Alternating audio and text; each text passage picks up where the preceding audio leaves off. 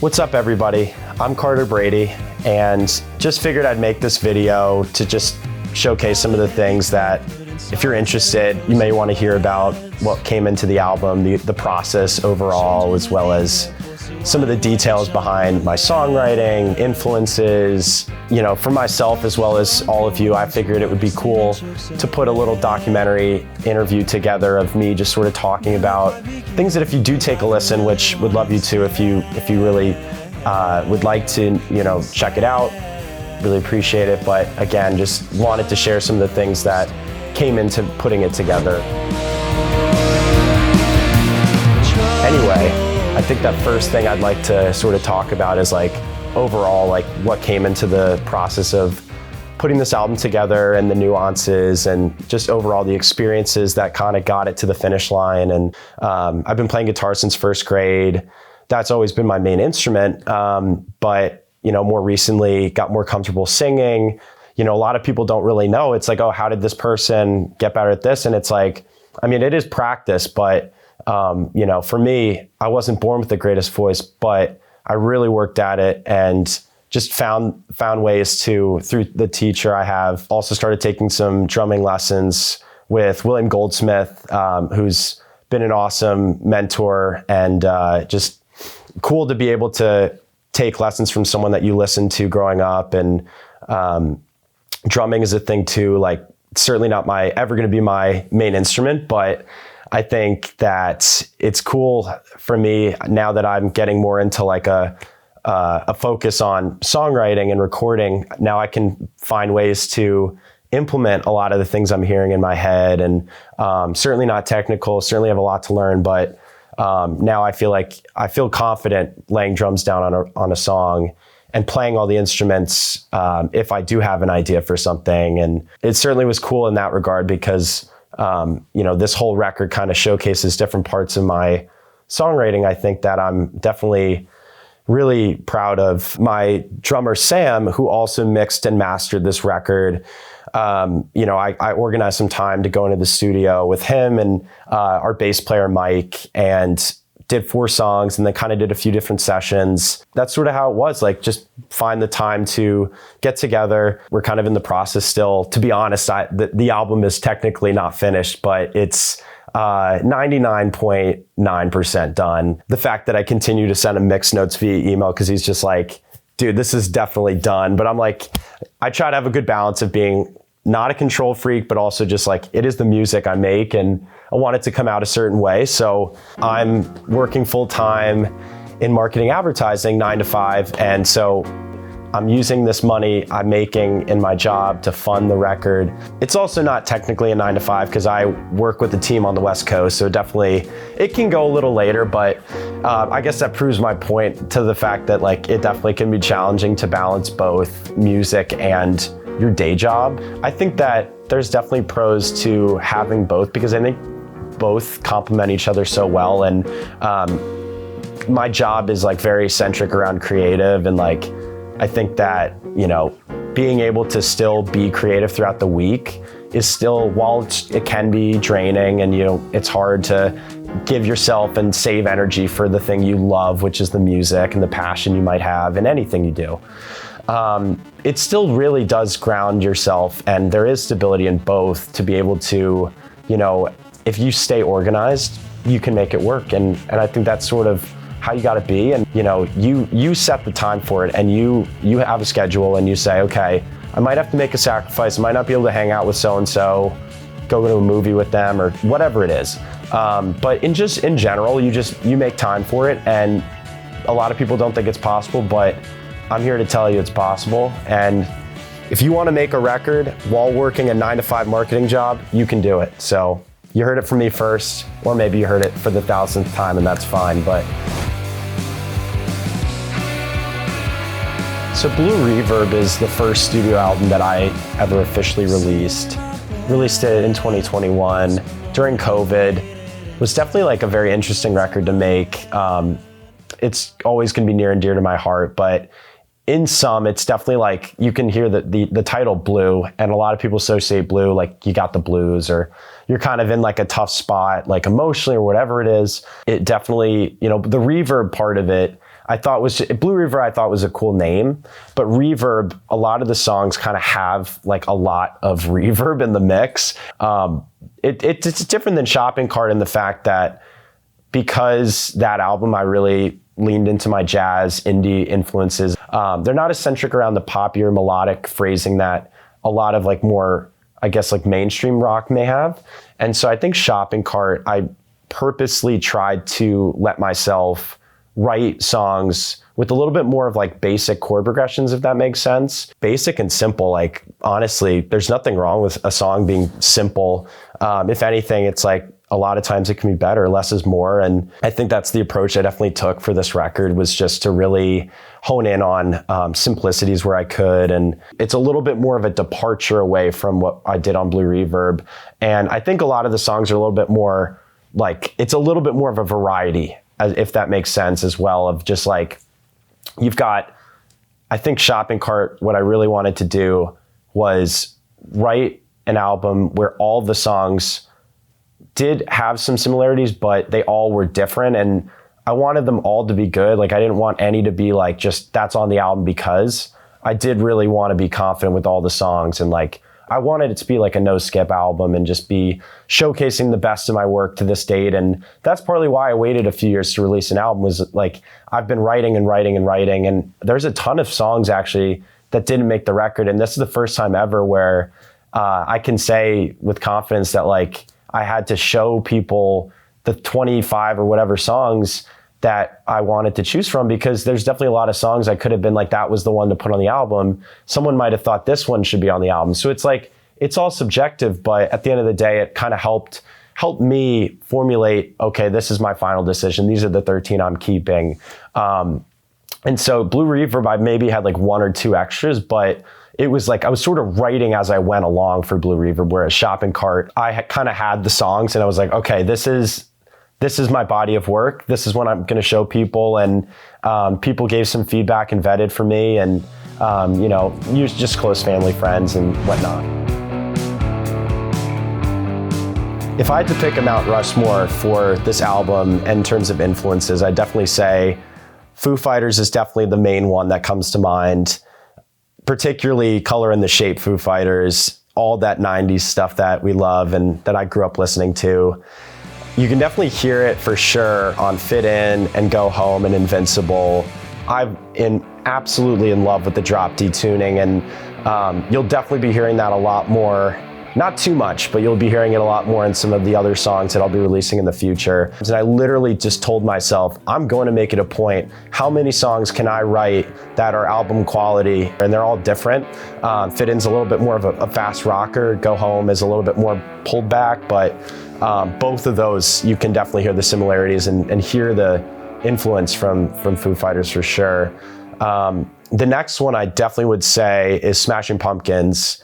And I would say that the songs that you can hear it on are Suppressed for sure, just given the fuzz tone. I really wanted to lean in and at least have one song that had the big muff on it.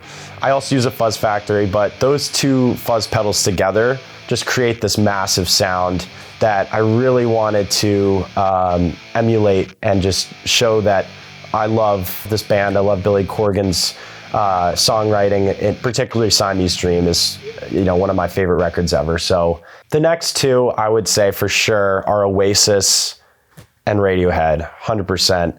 I think Oasis, you can definitely hear that on like See You in My Free Head, like a little bit more of like a technical but just like free form pentatonic scale solo, pretty straight down the middle rock, but like I use a major 7 kind of like funky chord progression for that one. And that's definitely a song you can hear it on for Oasis. I think it's definitely emulated in a lot of stuff too, just like throughout the record. But Radiohead 100% is How Come It Happens. And I did the Johnny Greenwood like lead part that he does. I did all that stuff. And you probably can hear it if you're a music person, but How Come It Happens, like I threw that bass riff in the second half of those choruses to kind of make it different. And it's not the same melody per se, but you can hear Radiohead for sure. And I grew up, The Bends is again one of my favorite records ever.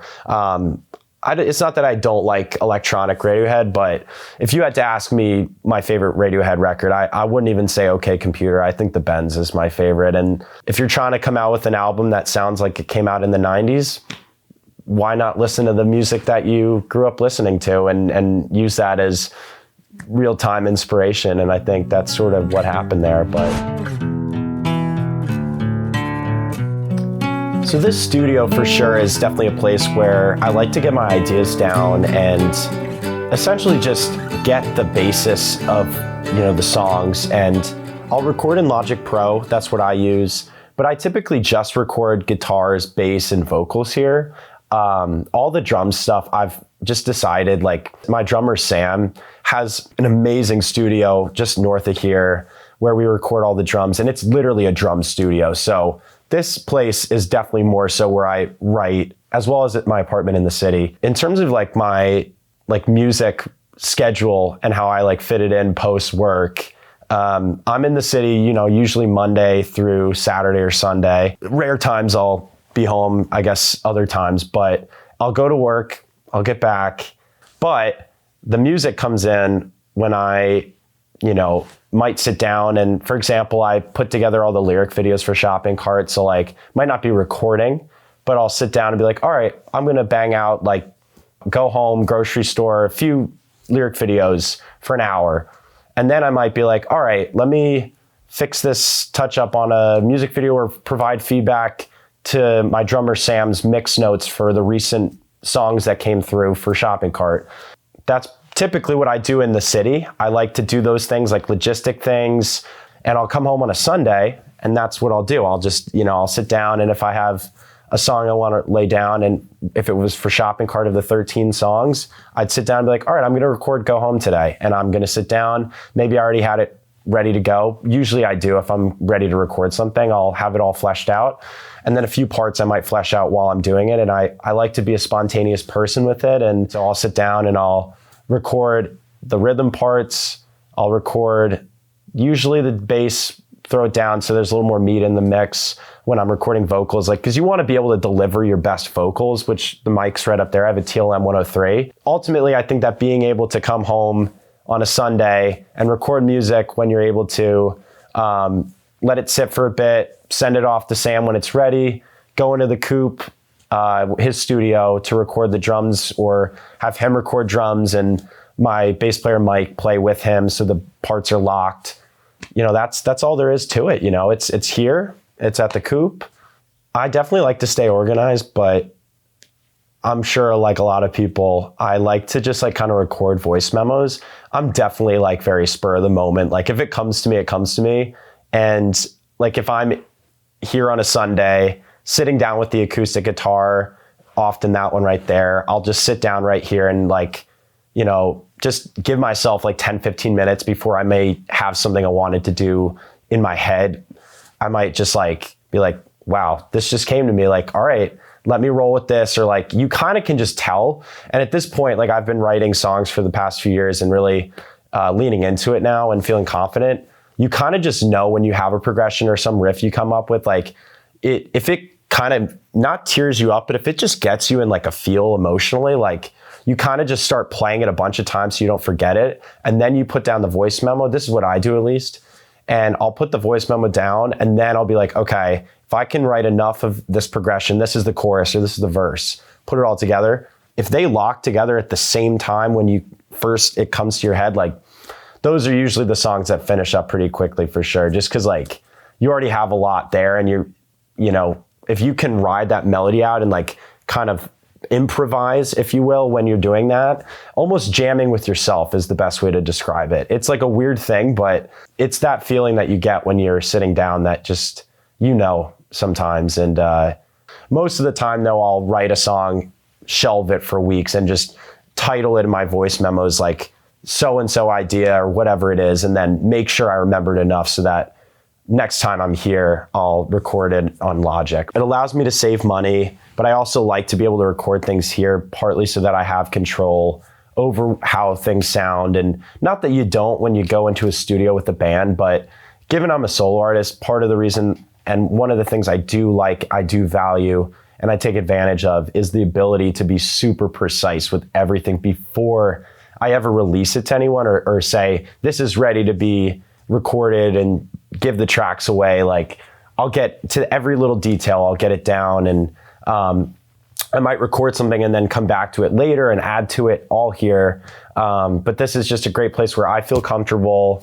I really feel at my element here, and just, you know, it's just a cool place to record because it is, you know, so it's not even just close to home, it is home, so.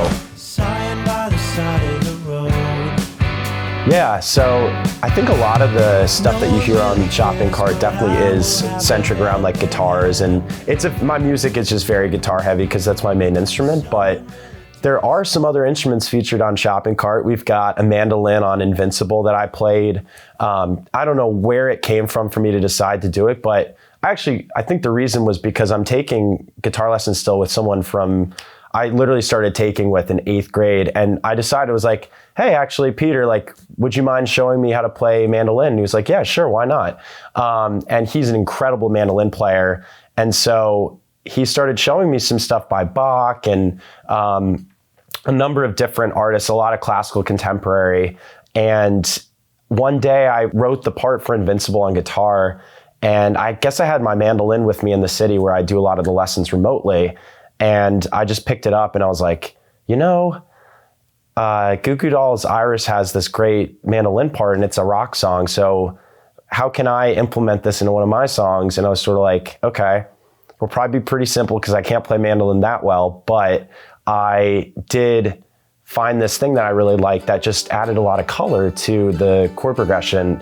And it is kind of hard. Like, if you find a part that works so well, that's different, but fits so well underneath something like that, you know, you kind of like, you struck gold with it. And mandolin on Invincible, I was so happy with.